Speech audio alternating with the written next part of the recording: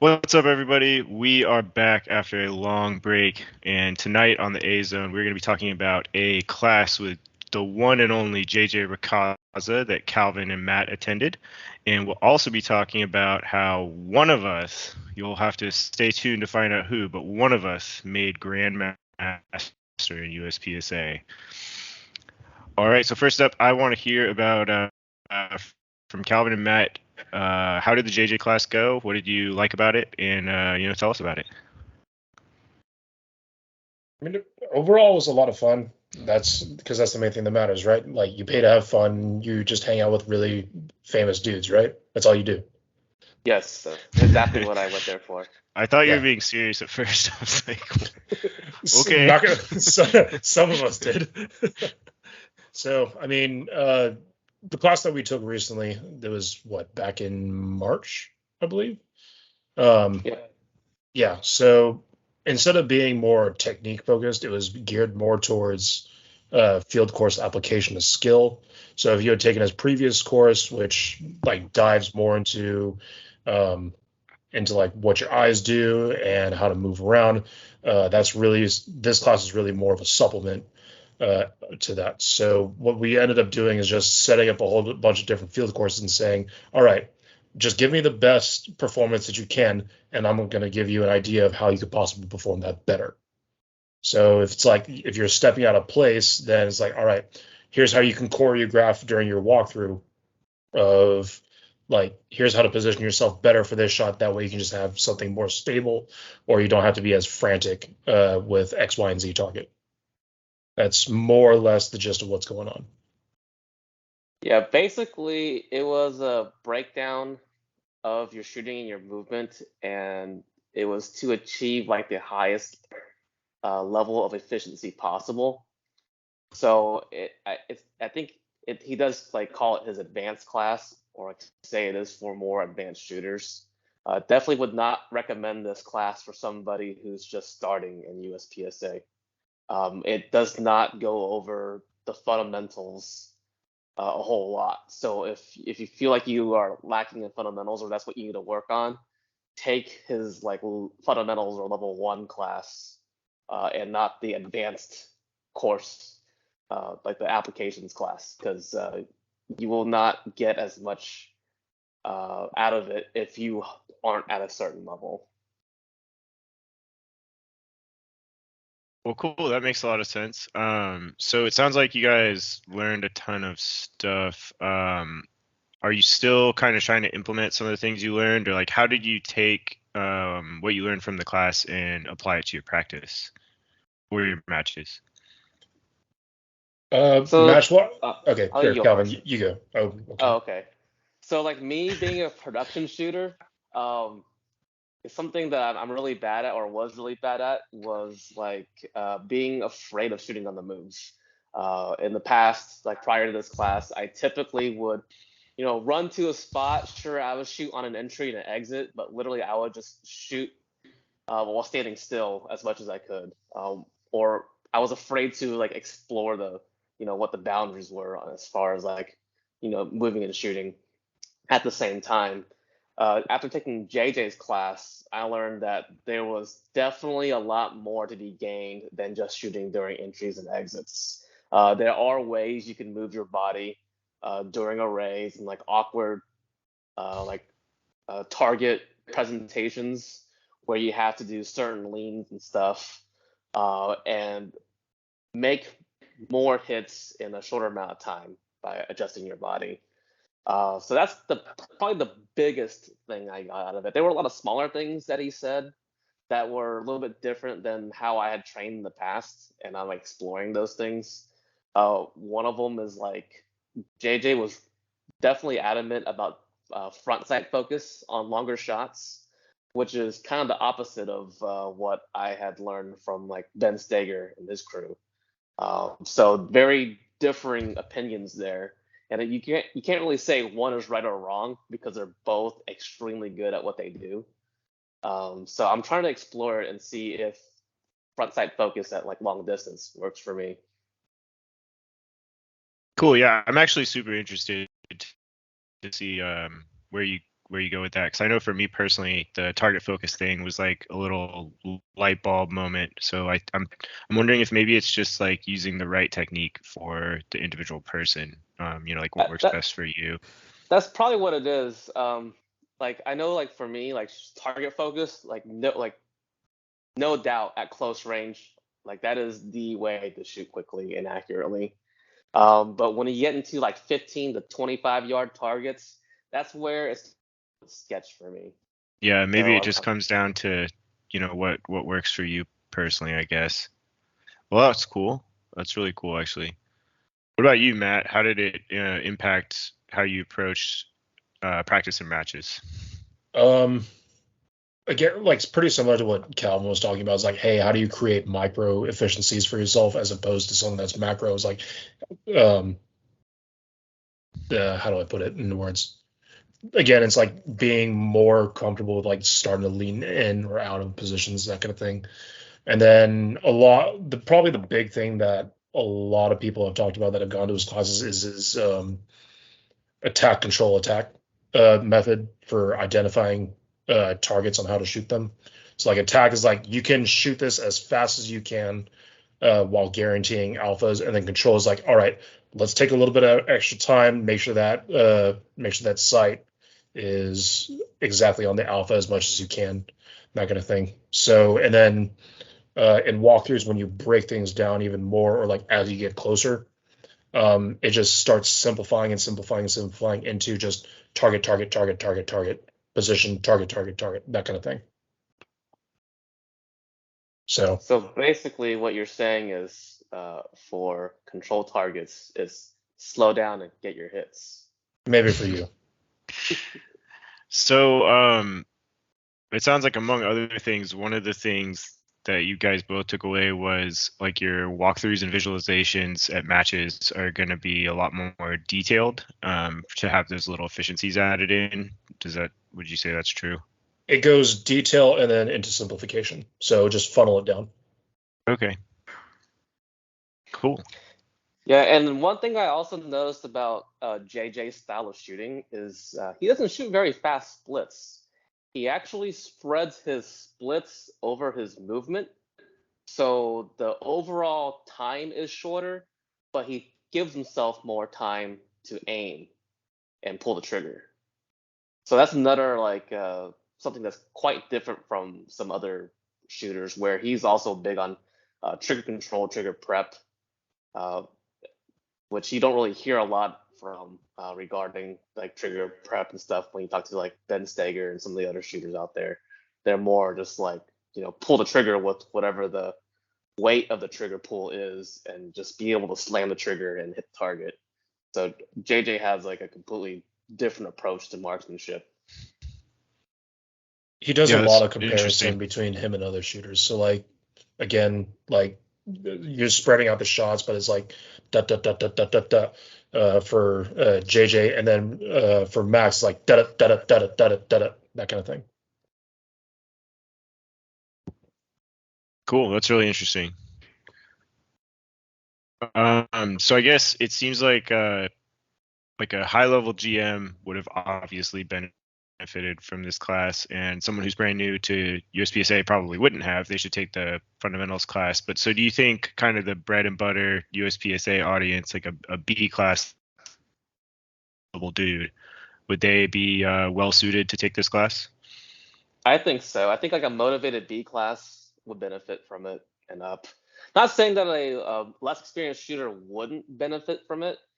It's just I wouldn't personally. I'm not sure if that's where they should invest their time and money if their fundamentals are not quite there yet. If they're like in D or C class. Not saying it would hurt to take that class as a D or C class. Yeah, I get what you mean.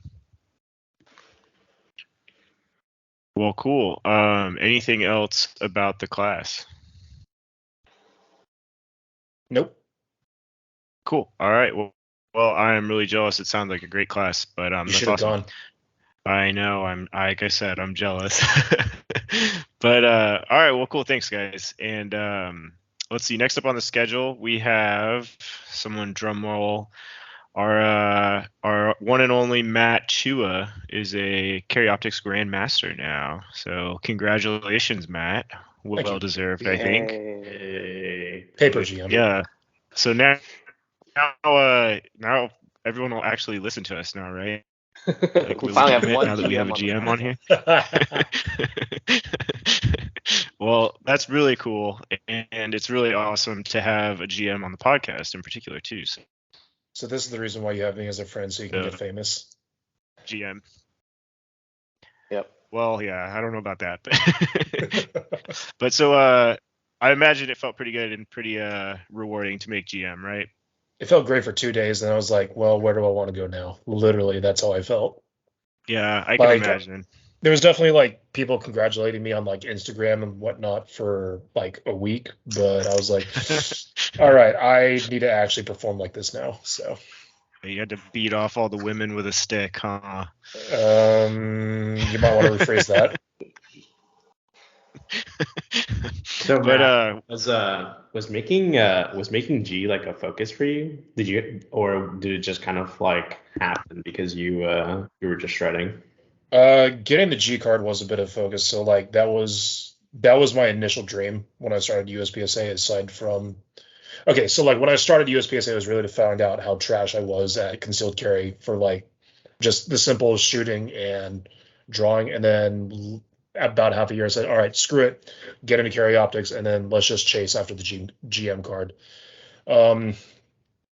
Year and a half, about a year later after I jumped into carry optics, is I made master.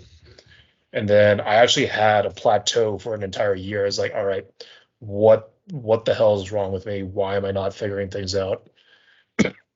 You hadn't taken the JJ class yet. Well, I didn't take like 2 classes actually. So that's Tim good Herron, advertising right there. yeah, right. So the two classes that I took in between were Tim Herron and also a JJ field course class.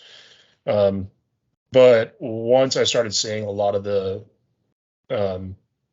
micro errors that I was making, that's when I was really able to hone in on them and then just, hey, you got the speed, just get the alphas, and then just boom, boom, boom, boom, boom, made it happen. So like maybe less aspirationally in the last weeks or months going into it, were you like having to like pay attention? Like what was the last thing for you? Like if there was like a last mile to getting G, was it like hooking up with mechanical skill? Was it like trying to just like stay together, keep it together, like mentally? Like talk to me a bit about that. It was a little bit of mechanic skill, so fixing draw, especially after switching to a different gun for a long-term experiment, and then also a lot of process. I actually the very last classifier that I needed, I actually got a quick word from Dozzy, like reminding me, is like, hey, alphas matter, dude, because I knew I had the speed for the classifier. It was just get the damn hits, and then you'll be right there. So again, being absorbed in the process. So slow down and get your hits. You're saying the Chinese? Yeah, I was going to say the Chinese guy told you to slow down and get your hits. I like it. Yeah, the second in the nation told me slow down. Second best in the nation. Yeah, so I think I remember seeing your video, and so it's funny because if you watch the video by itself, I'm pretty sure it never looks like. So if I were to watch it, like, it looks hella he definitely slowed down and got his hits. I was like, God damn, he fucking shredded. That was exactly what I was about to say. Was being there watching it. I can't remember if I was ROing you or holding the camera or just watching, but I was like, that looked kind of slow, especially for Matt. Like he normally burns it down, and then like they read off the time, and it was actually, I don't remember what the time was, but it was substantially faster than like everyone else, I think, and you hit almost all alphas. So I think it just goes to show that the alphas matter. I had 2 Charlies, so I was a little bit away from a hundo. Yeah, I mean it was a great run. I don't even remember what the classifier was, but it's one of the 99 series. But hey, the cool part was it was after the classifier update, so heck yeah. Yeah, so even better. Well, that's cool. So I know we talked offline about this, but you switched guns from your journey from the beginning of USPSA to your now GM situation here. So do you want to talk about the guns you've gone through and what you've done and how they've helped you make GM? Yeah. So this is the initial gun. It's a 17 Gen 3. It's got an aftermarket slide, aftermarket barrel, aftermarket trigger. It was all right, except that I found out the if you know Glocks, there's a channel liner in here for the striker. It was literally floating in there, and I ended up getting light strikes, so I decided, screw this gun. So I ended up picking up a 17 Gen 5. This is my main gun for whenever I decide to do IPSC matches, since 34s are not permitted in IPSC matches. And I just said, you know what, screw it, I'm just going to leave this thing stock. And it does the job. It does exactly what it's designed to do. 34 was like, all right, if I add one and a half ounces of weight towards the muzzle, how much does that affect things? For USPSA, based on the balance, since you have a 140 millimeter mag, I prefer the balance with that a little bit more. And that's currently why I'm deciding to stick with it. Otherwise, IPSC straight to a 17. So basically, if you want to make GM, buy a stock Glock 34. 34, 17, or if you know our friend GM26, yeah, get a stock Glock 26. Glocks are back to being the gamer gun again, it sounds like. Yep. They always were. Always has been. So you're telling me the modded Glock is not as good as a stock Glock? That's not what I heard on Instagram. Why would you spend the money? That's kind of my thing also, because I don't really care for stippling or like adding silicon carbide, because I tried that with my Gen 3. It works, but only because the Gen 3s are super slick. Are you saying that Glock improved on perfection? Is that? Yes. Wow, that's awful. There's a reason why it's called Glock Perfection and not Tan for Perfection. Well, so they weren't perfect before, but now they're perfect. Always chase for perfection, right? That means you're constantly improving. Okay. No, good corporate before. answer. Yeah. Perfect. By the way, I'm not sponsored by Glock. Sorry. But now, maybe later. With the GSSF memberships, right? Yeah, right. It literally drops from $720 to $600 for a 34. It's a pretty good deal. Add taxes. One of these podcasts, we got to do how to cheese GSSF to get free guns by beating up on noobs. Has anyone actually done that here? You have to do it before you make M, because if you make M in USPSA, I think they make you go to like the baller class in GSSF. I guess you could lie, but that's cheating. So that's for the outdoor matches. Then we're kind of getting off a little bit off track right now. So let's explain that one towards the end. GSSF episode. From people who've never shot GSSF. Yeah. I've shot like 4 of those matches. Oh, okay. I've never shot any. Me neither. But it's the indoor ones, not the outdoor ones where it counts. So can you win a gun at the indoor one? The indoor one, it's the number of times you participated within a quarter, and then they throw those names into a random draw. They pull a name out. Congratulations for the quarter, you won a gun. Oh wow, that's stupid. Yeah, right. It's not way harder than just showing up once. Yeah. If you manage to show up once and you get a free gun out of that, I'm actually kind of pissed off at you. So what I'm hearing is we definitely smurf USPSA accounts so that we can shoot GSSF. Yeah. That tells you something about USPSA, though. There's no organization, or USPSA will not look at another organization like, oh, they're a master in whatever, like an IDPA or GSSF or whatever. That means they're a fucking master in USPSA too. Well, yeah, and I don't know if I would get too excited because I think the rule for GSSF is if you're master in USPSA or IDPA, because those two classifications are equivalent. Damn. If they make it master in IDPA, they should like lower it to B class in USPSA. What are you trying to say, Calvin? I'm just trying to make them equal. Are you telling me that all the masterclass dudes in IDPA are B class level in USPSA? No, I'm saying the worst ones that are masters in Oh, IPA okay. are going to be B class. That's But probably true.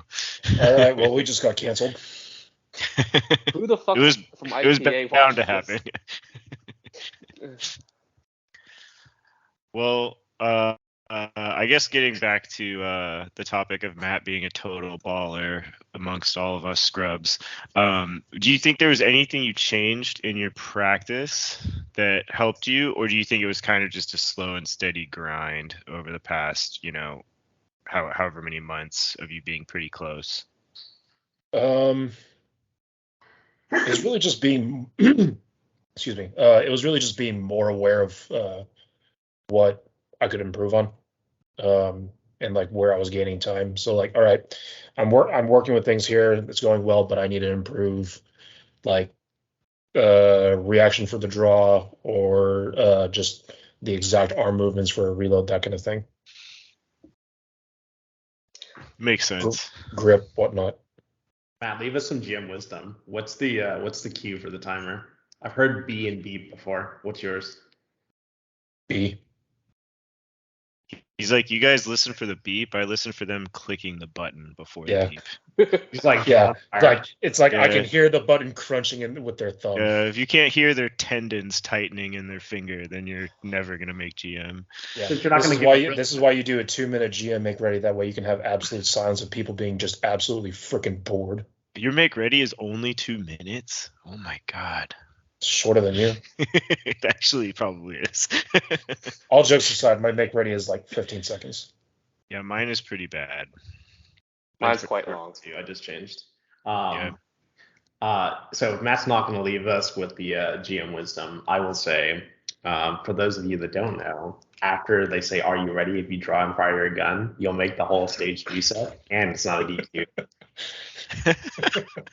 Are you sure that's not creeping? Well, creeping, you don't actually get a penalty, I don't think, for creeping. They just make Yeah. you start over. They can penalize you for creeping. Can they really? Yeah, if they notice you're moving to advantageous spots, so like you're moving your hand slowly to the mag or slowly to the gun, and they still beep you, they can knock you a procedural point. Wow. What if you're leaning like in a forward position and like about to tip over? The RO is supposed to just let you tip over and look stupid in front of all your friends. Okay. Yeah, that happened to me. But there's a lot of times where the RO will press the button before the person does. So like I they think- actually do get a little bit of like Yeah, I think if you get away with it, you get away with it. Oh, okay. But yeah, if I the will- RO is paying attention, they shouldn't start you if you're not like still. Connor, you have to realize I wasn't a GM at the time when that happened, so I didn't get the benefit of the doubt. That just got real. Well, yeah. So any other thoughts or any other questions for Matt about this really big accomplishment? Are you going to shoot a real gun now? Have I not been? I think he means open, but those cheater space guns. I have a quote for one. Doesn't mean I'm able to pay for it yet. Hey man, just donate blood and sperm and plasma. You know, it's fine. Is that how you got your 2 open guns? Career advice from Coy.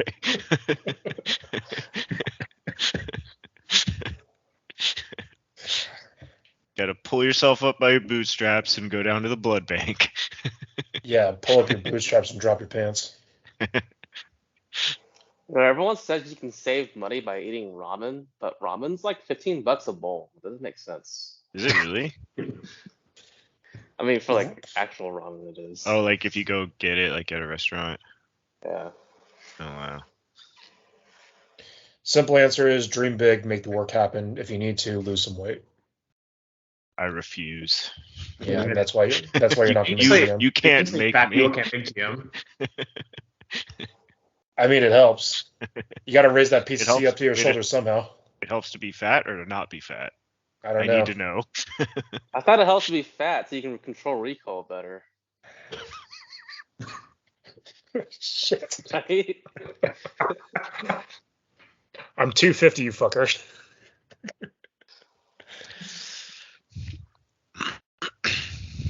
Well, Is that the end of this that episode? was a very high quality discussion about practical shooting. We really came back with a good one, boys.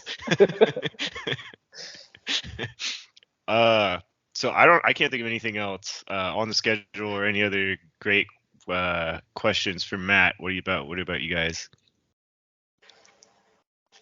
I think that's it. All good. All right. Well, everybody, thanks for listening. We promise they won't all be this terrible. Stay tuned for next episode. Yay. I thought